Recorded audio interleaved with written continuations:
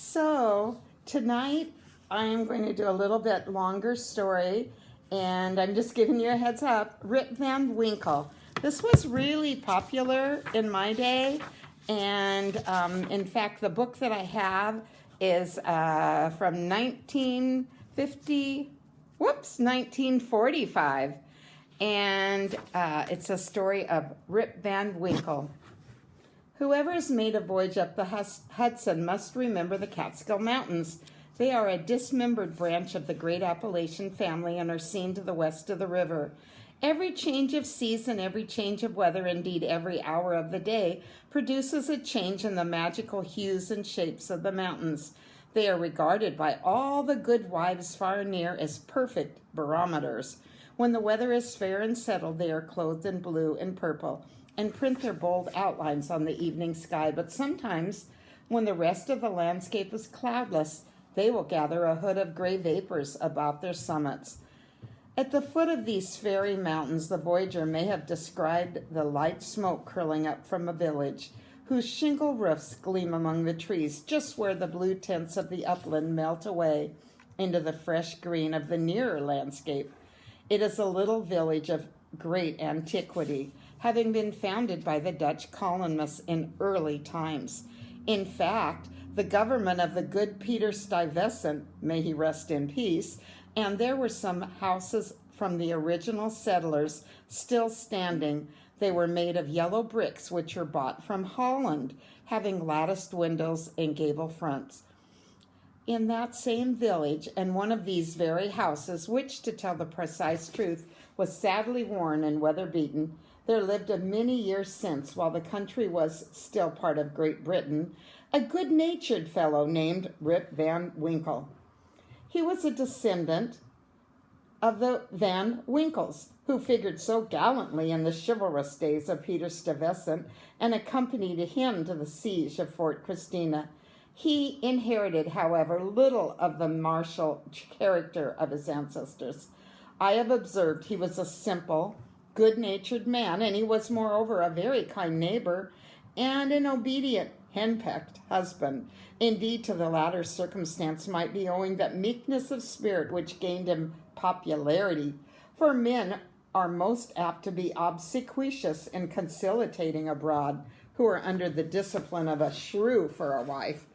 Their tempers, doubtless, are rendered pliant and malleable in the fiery furnace of domestic tribulation. Well, certain that is that he was a great favorite among all the wives of the village, who, as usual, took his part in all family squabbles and never failed, whenever they talked those matters over in their evening gossiping, to lay all the blame on Dame Van Winkle. The children of the village, too, would shout with joy whenever he approached. He would help them with sports, taught them to fly kites, shoot marbles, and told them stories from long ago. Whenever he went about the village, he was surrounded by a troop of children hanging on him, clambering on his back and playing tricks on him. Not even the dogs would bark at him. But the great error in his composition was an insuperable aversion to profitable labor. He was lazy. It could not be from the want of assiduity or perseverance, for he would sit on a wet rock and fish all day without saying a word, but he could not ever catch a fish. He would carry a fowling piece looking to catch a bird, not catch a one. In fact, he couldn't even work on his own farm. It had bugs and pestilence, and it was really not a very good farm. In fact, everything about it went wrong. His fences fell to pieces. The cows ran away, and they got in the cabbage they were trying to grow. Well, weeds grew quicker in his farm than anywhere else, and the rain would make a point of setting in just when he said he had to do something outside. So he never had to do any work. His estate dwindled away acre by acre until he had nothing left but a little patch of Indian corn and potatoes. Oh my, his children were as ragged and wild as if they belonged to nobody. His son Rip looked like an urchin. He promised to inherit the habits with the old clothes of his father. He trooped like a colt at his mother's heels, wearing his dad's old clothes. Rip Van Winkle, however, was one of those happy mortals of foolish, well-oiled dispositions who take the world easy. Eat white bread or brown, whichever can be got with the least thought or trouble, and they would rather starve on a penny than work for a pound. Now he himself would have whistled life away happy, but his wife kept saying, "You're being lazy, you're being careless, you are ruining your family." Morning, noon, and night, her tongue kept going. Everything he said, she would say, "You've got to start working." Well, Rip had one way of replying, and you know what? He would shrug his shoulders, shake his head, cast up his eyes, and walk out of the room. And his wife would start talking again, but he would just go outside. His very favorite thing was his dog named Wolf, and the mommy also picked on him because he was also very idle and lazy. Times grew worse, and Rip Van Winkle got older and older. They used to sit in the shade with a friend, and then he really didn't have anything to do. It seems like the unlucky Rip was at length routed by his wife, who would suddenly come when he was visiting friends and say, "Come on, come on." Poor Rip was at last reduced to almost despair. So he decided he's going to escape his wife. He put his gun in his hand and strolled away into the woods. He would sit at the foot of a tree and talk to his dog, Wolf. Poor Wolfie would say, "Your mother, my wife, leads a bad life, but never mind, my lad. While I live, you shall never want a friend. I will always be your friend." And the dog named Wolf would wag his tail and look at his master. On and on it went. His favorite sport was squirrel shooting, and he would love to shoot squirrels, and that little dog would go bring them back. There's not a lot of pictures in this book. You see this one, and then this one.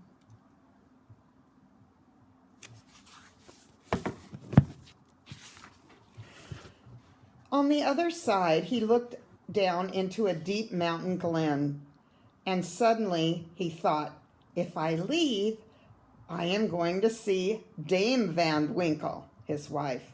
And as he was about to leave and just deal with it, he heard a voice yelling, "Rip Van Winkle! Rip Van Winkle!" He looked around and couldn't see anything but a crow, and he heard it again, "Rip Van Winkle! Rip Van Winkle!" At the same time, Wolf bristled up his back, gave a low growl, went to his master and looked scared. Not sure what would happen, but up came a stranger. He was a short, square-built fellow with thick, bushy hair. He had a grizzled beard. His dress looked like an antique Dutch clothes. Oh my, he seemed like maybe he had a liquor on him, might have been drinking. Though rather shy and distrustful of this new acquaintance, Rip gets along with everyone and said, "I'll walk along with you." And so they walked along. Here's the little guy that came, and here they go. Walking along, Rip Van Winkle.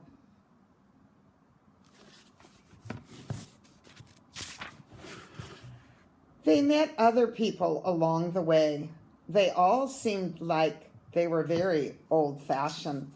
What seemed particularly odd to Rip was, although these people seemed busy, they all looked sad, and they were very quiet.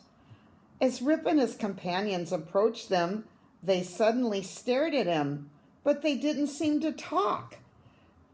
Rip Van Winkle did not know what was happening. Surely, thought Rip, I haven't been asleep. What is happening? Oh my goodness. Oh my goodness. What will I tell my wife when I get home? He looked for his gun, but instead he found a firelock lying by him, the barrel encrusted with rust, the lock falling off. Rip did not know what had happened. He decided to visit the scene of last evening, and if he saw anyone else, he was going to demand they give him his dog and his gun. But when he started to walk, he was all stiff in his joints. Oh, these mountain beds do not agree with me, thought Rip. I am going to get rheumatism. I don't know what to do.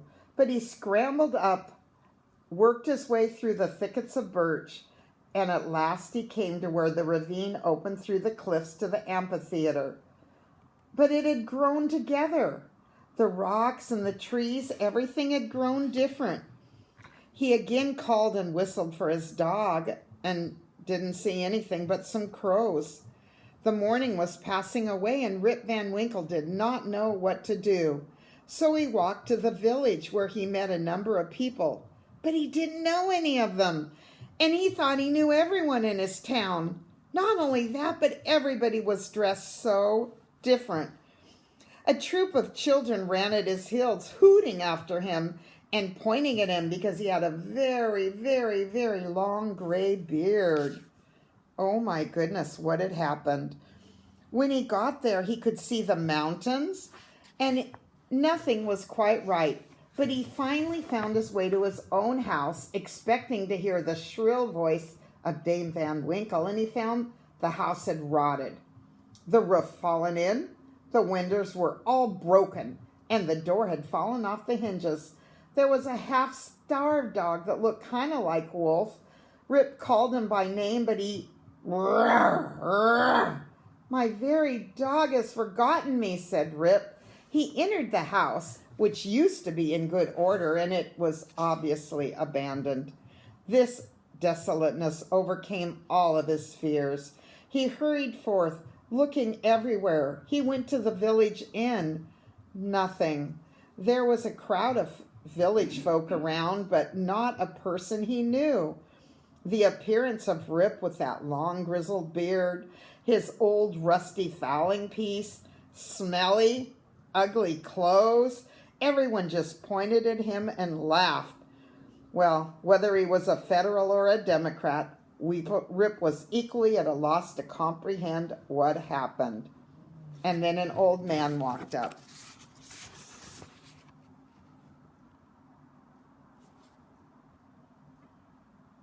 See how long his beard is and his hair and things?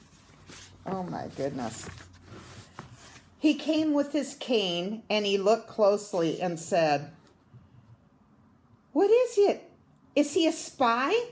A Tory? A refugee? Hustle him! Away with him!" "I don't know." The poor man humbly assured him he meant no harm. "Who are these people? Name them." Rip Van Winkle thought and said, "Well, where's Nicholas Vedder, my best friend?" And they said, "Nicholas Vedder, he's been dead for 18 years. What about my best friend, Brom Dutcher? Well, he went to the army in the beginning of the war and was killed at Stony Point. Where's Van Bummel, the schoolmaster? Well, he went off to the wars too. He's now in Congress."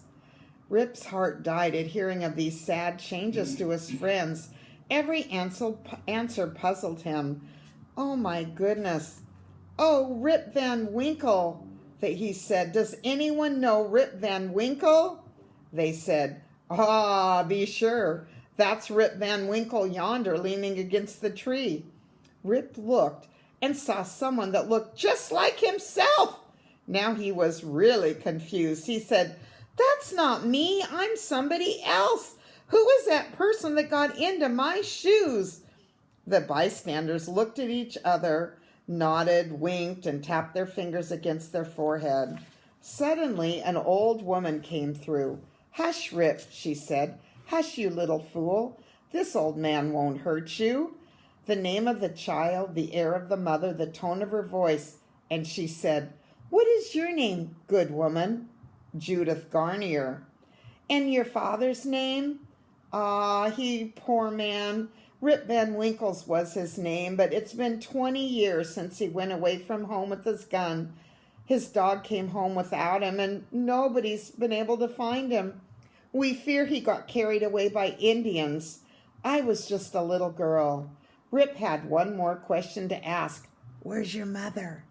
Oh, she too had died. She broke a blood vessel in a fit of passion. Well, he caught her in his arms and said, I am your father. Young Rip Van Winkle once, old Rip Van Winkle now. Does anybody even know poor Rip Van Winkle? And everyone stood amazed. Why, it is Rip Van Winkle. It is himself. Welcome home, old neighbor. Where have you been for 20 years?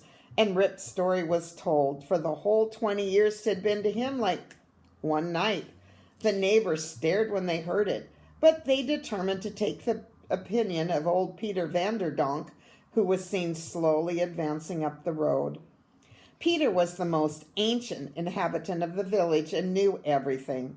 He recollected Rip at once and agreed that his story was true. To make a long story short, everyone broke up and returned to the more important concerns of the day, and Rip's daughter took her home to live with him and her husband. They had a well-furnished house, and she was married to a cheery farmer. Oh my, as Rip's son and heir, who was a ditto himself, he was employed to work on the farm, but he didn't work just like his dad. Rip resumed his old walks and habits and soon found many of his former cronies, though all rather the worse and wear of time, and he had a great life. Happily, that was at an end. He got out of being married, and he could go out whenever he pleased, and Dame Van Winkle never yelled at him. In fact, whenever her name was mentioned, he shook his head, shrugged his shoulders, cast up his eye, and gave an expression of resignation. He used to tell his story to every stranger that arrived at the hotel. At first, everyone listened, but this is exactly how I heard it when he told me. Some pretended to doubt the reality of it, and some insisted Rip had been out of his head. But this is a true story. Those old Dutch inhabitants all gave it full credit. Even to this day, they never hear a thunderstorm without thinking Henrik Hudson and his crew are out tricking Rip Van Winkle again. That's the end of my story. Bye-bye.